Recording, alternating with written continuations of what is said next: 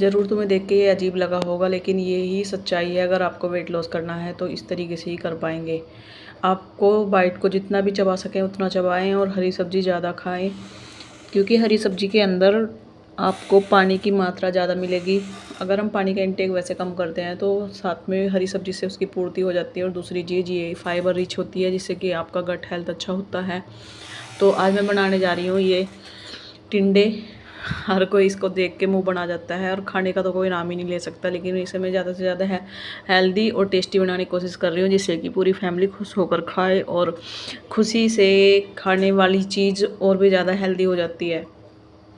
और इसको चबा चबा के, जितनी भी ज़्यादा चबा सकते हैं आप चबा चबा के खाएं। तो टिंडे की सब्ज़ी भी मैंने कुछ स्पेशल तरीके से बनाने की कोशिश की है, जिससे कि ये अच्छी लगे खाने में। अलग तरीके से इसमें मेथी दाना भिगो के और सब्जी और जो भी सब्ज़ी में मसाले डालते हैं वो सब कुछ अलग तरीके से डाले हैं यूट्यूब से देख के। तो यहाँ मैंने घेर दिया है तेल, चढ़ा दिया है तेल। तेल में डाल दिया है जीरा, और इसके बेसिक मसाले इसी तरह से जाएंगे, बिल्कुल वही तरीका है, बस थोड़ा सा चेंज हुआ है।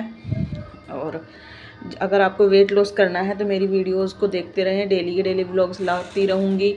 कोशिश यही रहेगी जल्दी से जल्दी वेट लॉस हो जाए। वैसे जल्दी वेट लॉस होता नहीं है, क्योंकि जितना टाइम हमने वेट गेन करने में किया है उससे डबल को वेट लॉस करने में हो जाता है।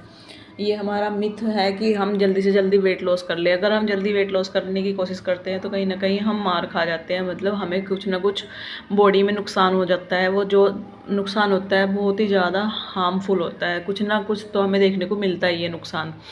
तो इस तरह से बेसिक तरीके से ये छोंक दिया मैंने। इसी में फिर डाल दी है वो मेथी जो पानी के अंदर थी, पानी के सहित। ये था इसका स्पेशल इंग्रेडिएंट, मेथी, जो आपकी बॉडी के लिए बहुत ज़्यादा अच्छी होती है, जिसमें आपको आयरन भर भर के मिलेगा। और वेट लॉस करने में मेथी बहुत मदद करती है।